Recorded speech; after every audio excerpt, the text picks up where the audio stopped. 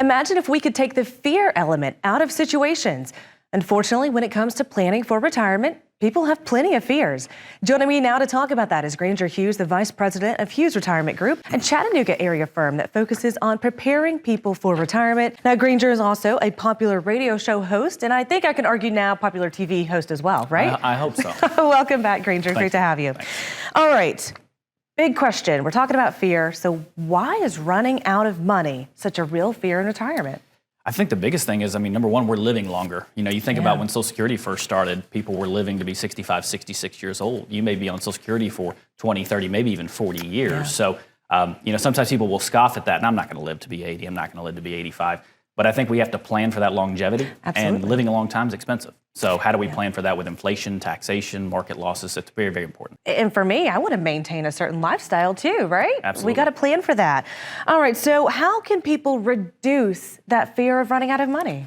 Well, I think it comes back to, number one, looking at all those different components. How do we look at our portfolios from a taxation standpoint? How do we keep more of those dollars? When we're paying those taxes, that money's not coming back to us. Yeah. We've mentioned before, if we lose money in the market, you can be patient, you can have a little intestinal fortitude and wait. With taxes, if we haven't properly planned on the front end, then we're subjected to whatever those tax rates are in the future. So if we're paying those taxes, we're not getting that money back. True.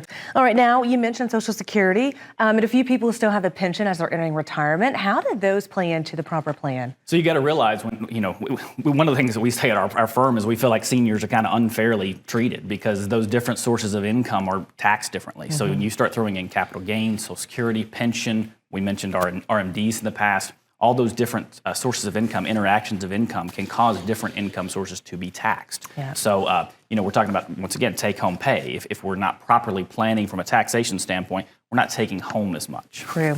All right, so obviously the more income, the better. So the more income streams, possibly the better if you're planning correctly. So how can income planning help with our approach to Wall Street? Well, once again, you're sitting there and you're thinking, okay, if all of your money is in the market and you're subjecting yourself to the ebbs and flows and the volatility that comes with the market, and you're having to take distributions from those markets on down years, you're compounding those losses.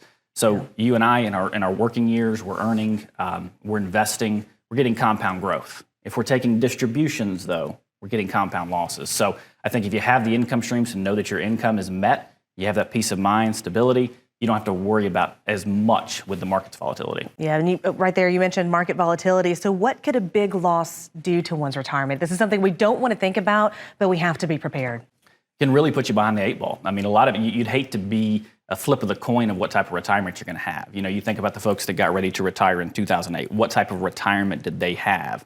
And if we're still investing in the same ways that we were as a 30, 40-year-old, as a 60, 65-year-old, and we take those big steps back and we don't have the proper income planning, we don't have the proper taxation planning, it could really put a dent in our nest egg. All right, one more question. Obviously, taxes could be our largest expense in retirement. So what kind of difference have you seen planning make as it pertains to taxes? Well, I would highlight just one component of that, Social Security taxation. People don't realize, it's for a married couple, $32,000 is the income threshold where Social Security begins to become taxed. Yeah. 44, it bumps to 85% of your Social Security being taxed. So I think just from that standpoint, converting to Roths, reducing that RMD exposure, helping create more income streams that are tax-free or tax efficient.